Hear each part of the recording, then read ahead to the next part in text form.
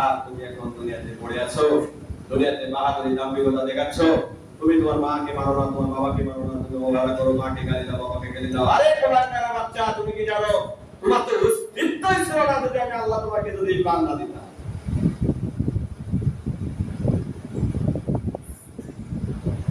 এখনো সময় আসে না, আসে। আল্লাহ তাআলা এই কারণে বলছেন কাইফা তাকফুরুনা বিল্লাহি ওয়া কুনতুম আমওয়াতান সুম্মা ইউমীতুকুম সুম্মা ইউহয়িকুম সুম্মা ইলাইহি তুরজাউন।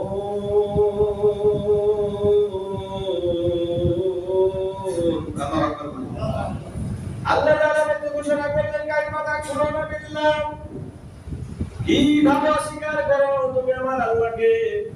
তুমি কি জানো না তুমি কি আল্লাহকে অস্বীকার করো? অথচ তোমরা ছিলে মৃত, প্রাণহীন, জীবন ছিল না।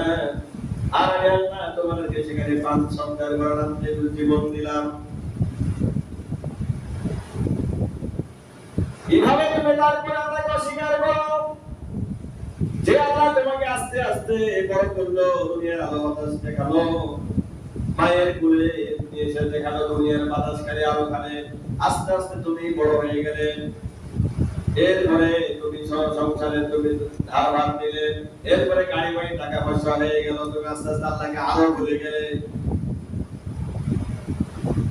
এটা ছিল কাফেরদের নিয়ম। কাফেররা যতই তাই করুক আল্লাহকে অস্বীকার করে।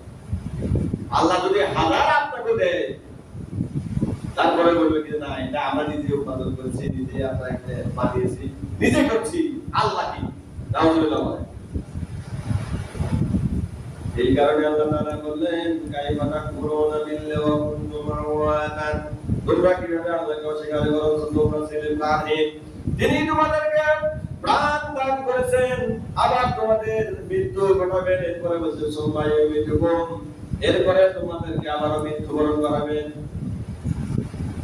যে আল্লাহ প্রাণ দিতে পারেন সে আল্লাহ প্রাণ দিতে পারে না, কথা বলেন পারে কিনা? আল্লাহ প্রাণ দিলে এরপরে আল্লাহ আবার আপনাকে এমন সময় যার সময় হবে, তাকে আপনার বয়সকালে নিচ্ছে, যার সময় হয়েছে। বাচ্চা, কত বাচ্চা এই জানাজা করলাম মায়ের পেট থেকে পড়ার পরে ওখানে মৃত্যু। আবার কেউ পানির পরে 4 বছর 3 বছর 5 বছরের বাচ্চা আবার শিখেছি মারা যাচ্ছে। আবার কারো কারো কোনো রোগে চোখে সেই ব্যক্তি সেই বাচ্চাটি মারা যাচ্ছে। অত্যন্ত কষ্টদায়ক। এগুলো সন্তান হওয়ার পরে যখন 3 বছর 4 বছর বয়স হয় যায়, এদের মহব্বত কিন্তু একটু বেশি হয়, কথা বলা হয় না, বেশি হয়। তারপরে কি আবার আল্লাহ থেকে আপনার মহব্বত বেশি নয়, আমার আল্লাহ থেকে আপনার মহব্বত বেশি নয়। যে আল্লাহ আপনাকে আপনার জন্য, আপনার সংসারের জন্য, আপনার বিবির জন্য যে সন্তান দান করেছেন, প্রাণ দিয়েছেন, দুনিয়ার আলো বাতাস দিয়েছেন, খাবার দিয়েছেন, তার থেকে আপনার আদর বেশি হতে পারে না।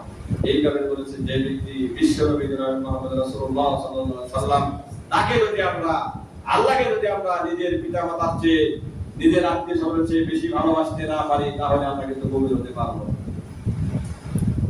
আমাদের এতই ভালোবাসা থাকতে হবে যে ভালোবাসা স্বামী স্ত্রী মা বাবা আর সে বিশ্বরোগের জন্য আমাদের বেশি হতে হবে। কিন্তু আমরা দেখেন দুনিয়ায় মানুষ যদি মারা যায়, এখন বাংলা রোগ গাড়ি হয়ে যায়, অথচ আমরা কিন্তু নিজের জন্য কিন্তু রাতের বেলায় কান্না করি না। অথচ আল্লাহ বলছে বান্দা তোমার কি চাই, কি লাগবে তুমি আমাকে বলো। ও আল্লাহর বান্দা তোমার কি চাই, কি লাগবে বলো। ও রমণী তোমার কি লাগবে তুমি বলো। তোমার বিবাহ হয় না, তুমি আল্লাহকে চাও আল্লাহ আমাকে একটা ভালো পথ দিতে হবে। আল্লাহ আপনার দোয়া কবুল করে তাহাজ্জুদে নামাজে বলে সুবহানাল্লাহ। আল্লাহ বলেন বান্দা তোর কি লাগবে, যুবক আমার কাছে চা, কি লাগবে রাতের বেলায় চিন্তায় পড়ে যা।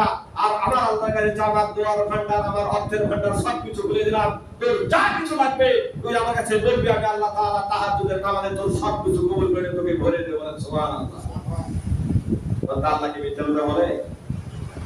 আল্লাহর আয়াতকে মিথ্যা হতে পারে? আল্লাহর অর্থের ভান্ডার, আল্লাহর সবকিছু ভান্ডার আপনার খুলে দেওয়া হয়েছে, শুধু আমরা কিন্তু নিতে জানি না। শুধু বলে আল্লাহ দেয় না কেন। আমার এবার ধান কম হলো, আমার এবার আলু হলো না, আমার পানির পরে এই সমস্যা হলো, আমি মন্দিরে ধান কিভাবে দিব, আমার তো ধানই আছে কম। এক মন্দিরে লেখা করতে চাঁদ বলিয়া দা, এটা আপনার পরীক্ষা। যেটা আপনার কম হয়েছে সেটা আপনার পরীক্ষা। আল্লাহ পরীক্ষা দিয়েছেন, বান্দাকে পরীক্ষা করবেন।